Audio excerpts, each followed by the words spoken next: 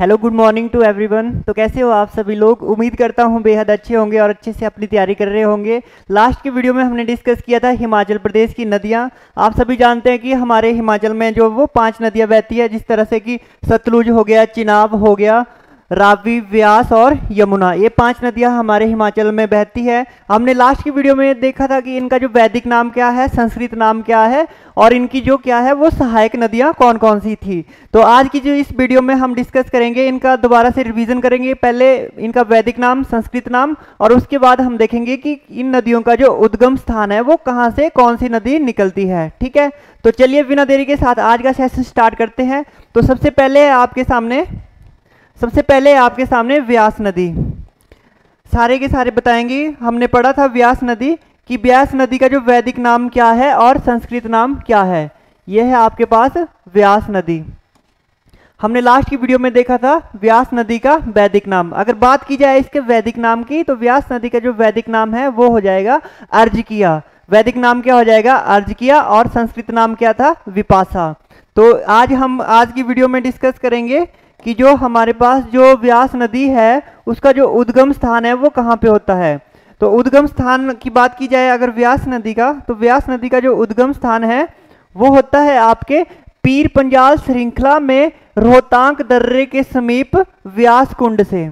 यहाँ से आपके क्वेश्चन तैयार हो रहे हैं। अगर आपसे पूछेगा एग्जामिनर कि कौन सी श्रृंखला थी, तो वो हो जाएगी आपकी पीर पंजाल श्रृंखला। अगर पूछेगा कि दर्रा का नाम पूछेगा भी कि कौन सी दर्रा, तो हो जाएगा रोहतांग दर्रा। और व्यास कुंड से जो है वो व्यास नदी का उद्गम होता है। इस तरह से हमने लास्ट की वीडियो में देखा था। इसका जो वैदिक नाम है वो अर्जकिया था और संस्कृत नाम विपाशा था।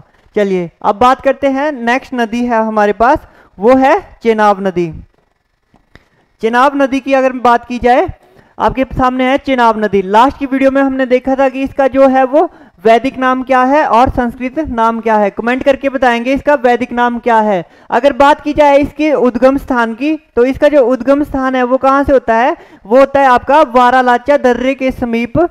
बारालाचा दर्रे की विपरीत दिशाओं से निकलने वाली दो नदी कौन सी आपकी? एक चंद्रा होगी और दूसरी भागा। ये दोनों नदियां हैं। इनके जो दोनों का जो मतलब मिलन होता है वो होता है आपका तांडी। तांडी एक जगह का नाम है, वो कहाँ पे स्थित है? आपके लाहौल स्पीति में। तो वहां पर मिलने से वो है चेनाब नदी का निर्माण होता है। अगर बात की जाए जल घनत्व में, तो ये जो है हिमाचल प्रदेश की सबसे बड़ी नदी है जल घनत्व के हिसाब से। अगर बात की जाए सबसे छोटी नदी, तो वो हो जाएगी आपकी यमुना नदी। इस तरह से चलिए नेक्स्ट बात करते हैं। हमारे पास है नेक्स्ट नदी है हमारे पास सतलुज। अगर बात की जाए हमारे पास है सतलुज रिवर।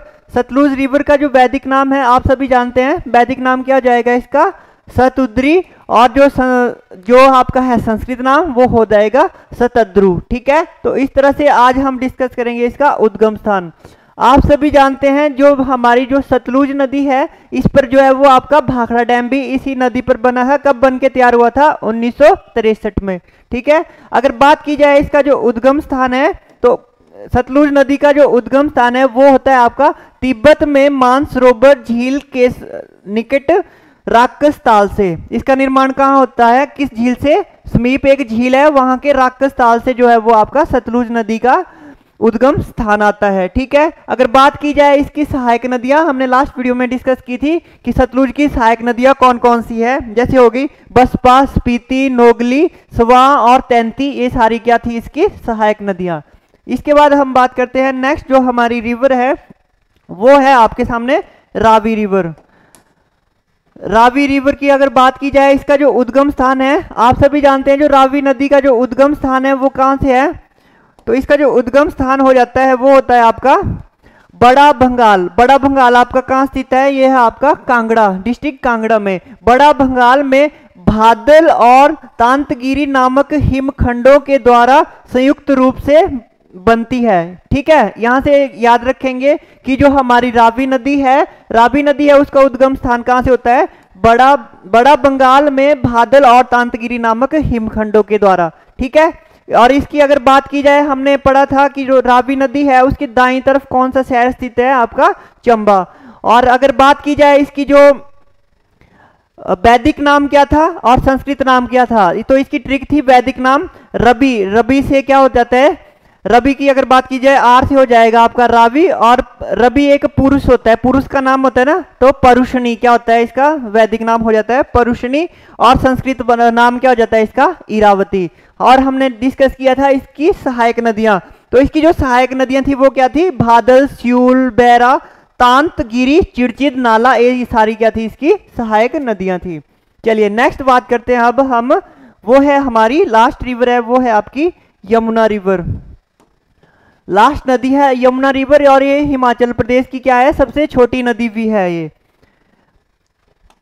अब बात की जाए अगर इसके जो वैदिक नाम और संस्कृत नाम की, तो इसका वैदिक नाम क्या हो जाता है कालिंदी।